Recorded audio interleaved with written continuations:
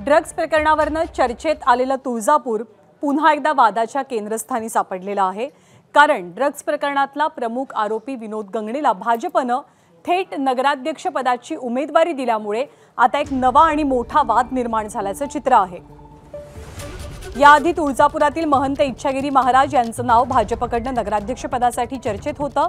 मात्र आता विनोद गंगणेला उमेदवारी मिळाल्यामुळे राजकीय वर्तुळात खळबळ उडाली आहे। तर तुळजापुरातील ड्रग्ज प्रकरण उजेडात आणायला विनोद गंगणे यांनीच मदत केल्याचा दावा भाजपनं केलाय। गंगणेंची काही दिवसांपूर्वी ड्रग्ज प्रकरणी तुरुंगात रवानगी झालेली आणि सध्या ते जामिनावरती बाहेर आहेत। काही दिवसांपूर्वीच ड्रग्ज प्रकरणात जामिनावरती बाहेर असलेला आरोपी माजी नगराध्यक्ष संतोष परमेश्वरला भाजपमध्ये प्रवेश दिल्यानंतर आमदार राणा जगजितसिंग पाटील यांच्यावर टीका झाली। यावेळी भाजप ड्रग्ज प्रकरणातल्या आरोपींना राजाश्रय देत आहे असं एक खुलं पत्र सुप्रिया सुळेंनी राज्याच्या मुख्यमंत्र्यांना सुद्धा लिहिलेलं होतं। जोपर्यंत कोर्टामध्ये आरोप सिद्ध होत नाही, जोपर्यंत कोर्ट कुठल्या बाबीला सजा देत नाही किंवा त्याला दोषी ठरवत नाही, तोपर्यंत एखादा गुन्हा दाखल झाला, काही झालं, त्याला आपण साधारण सर्व पक्षात लोक काम करतात। सर्वच पक्षामध्ये असे गुन्हा दाखल झालेले लोक आहेत। पण शेवटी कोर्टाने शिक्षा दिली, कोर्टाने दोषी ठरवल्यावर मात्र आपण कुठलाही असा निर्णय करत नाही।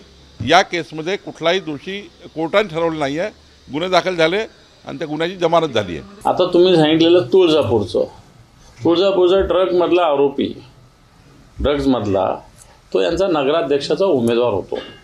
कोणती साधन आणि कोणती सुचिता आहे, कोणती संस्कृती आहे, कोणतं प्रथम राष्ट्र, नंतर पक्ष आणि नंतर व्यक्ती। आता फक्त पक्ष आणि व्यक्ती, राष्ट्राचं काही झालं तरी चालेल, अशा पद्धतीनं भारतीय जनता पार्टीचं पूर्णपणे वर्तन देशभरात झालेलं आहे। आणि याआधी या ड्रग्ज प्रकरणावरनं वाद केव्हा आणि कसा रंगलेला होता, तर संतोष परमेश्वरला भाजपमध्ये जेव्हा प्रवेश मिळाला तेव्हा सुप्रिया सुळेंनी मुख्यमंत्र्यांना एक खुलं पत्र पाठवलेलं आणि टार्गेटवरती कोण होतं या प्रकरणामध्ये, तर तिथले आमदार राणा जगजितसिंग पाटील। पण आता राणा जगजितसिंग पाटील यांनी सुप्रिया सुळेंना पत्रातनंच उत्तर दिलंय। परमेश्वर यांनी भाजपमध्ये प्रवेश करण्याच्या क्षणापर्यंत ते तुमच्याच राष्ट्रवादीचे तुळजापुरातले प्रमुख नेते होते याची कदाचित तुम्हाला कल्पना नसेल, असा खोचक टोला राणा जगजितसिंग यांनी सुप्रिया सुळेंना लगावलाय।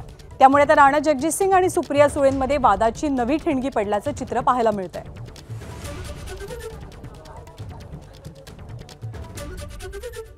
मी सहसा चुकीचे आरोप केल्यानंतर प्रतिक्रिया देत नसतो आणि किंमती देत नसतो, परंतु आदरणीय सुप्रियाताई माझ्या मोठ्या बहीण आहेत।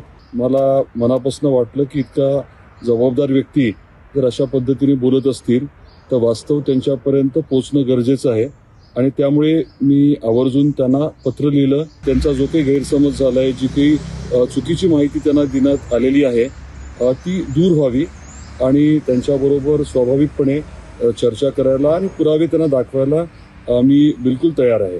कुठलंही पत्र माझ्याकडे आलेलं नाही, मी पत्र ते पाहिलेलं नाही, माझ्या रेकॉर्डवर माझ्या ऑफिसमध्ये असं कुठलंही पत्र आलेलं नाही आणि ते मला का पत्र लिहितायत हे मला समजतच नाही आहे। याचं कारण असं की मी महाराष्ट्राच्या माननीय मुख्यमंत्र्यांना ड्रग्ज विरुद्ध मोहीम करू असं पत्र मी माननीय मुख्यमंत्र्यांना लिहिलं आहे। त्याच्यामुळे ते जस्टिफिकेशन करून मला का पत्र लिहितात ह्याचं मला म्हणजे हे माहिती नाही। तर त्यांनी हे पत्र आणि जस्टिफिकेशन माननीय मुख्यमंत्र्यांना द्यायला पाहिजे होतं।